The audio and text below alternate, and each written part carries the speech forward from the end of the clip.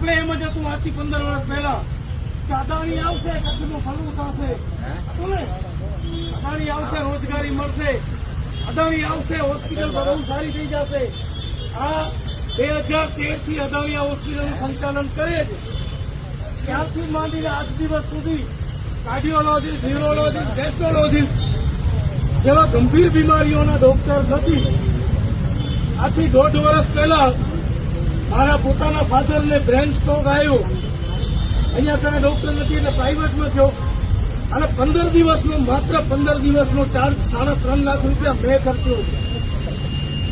તમને બધા નવાઈ લાગશે, ઘરે બેઠા બેઠા વિડીયો જોતા હશો અને આ શું પૈસા ખર્ચતા હશે.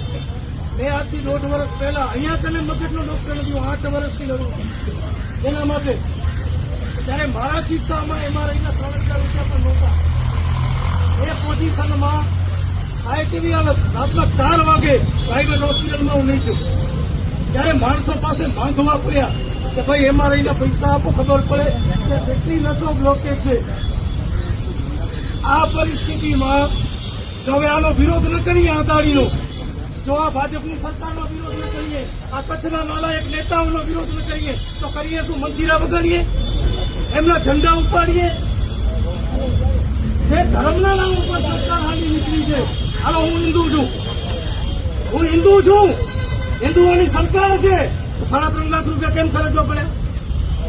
3.5 લાખ રૂપિયા?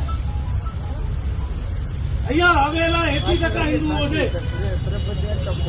જ્યારે તમને જીકે જનરલ હોસ્પિટલમાં આવો, તમારા પાસે બીપીએલ કાર્ડ હશે તો ફ્રીમાં થશે, બીપીએલ નહીં હોય તો પૈસા ખર્ચવામાં આવશે. ભાઈ ઉભો થતો કોની સમાજ ને? આ કોની સમાજમાંથી છે? આ હિન્દુ નથી. આ ભાજપના નાલાયક લોકોને કહેવા માંગુ છું, આ 70,000 રૂપિયા જેટલો ખર્ચો આ હોસ્પિટલમાં ભોગવી ચૂક્યા છે. આ હિન્દુ નથી.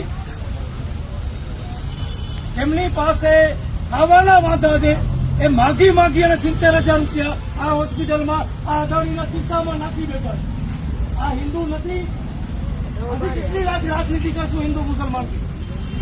કેટલી રાજનીતિ કરશું હિન્દુ મુસલમાનની? કેટલા ઝંડા ઉપાડશું આ ભાજપ વાળાના? ઘણી વખત આ ભૂંડ ભક્તો છે, એમને લાગતું હશે કે લખન દુઆ એક જ ભાજપને પકડી બેઠો છે. આ સરકાર તમારા ભાજપની છે.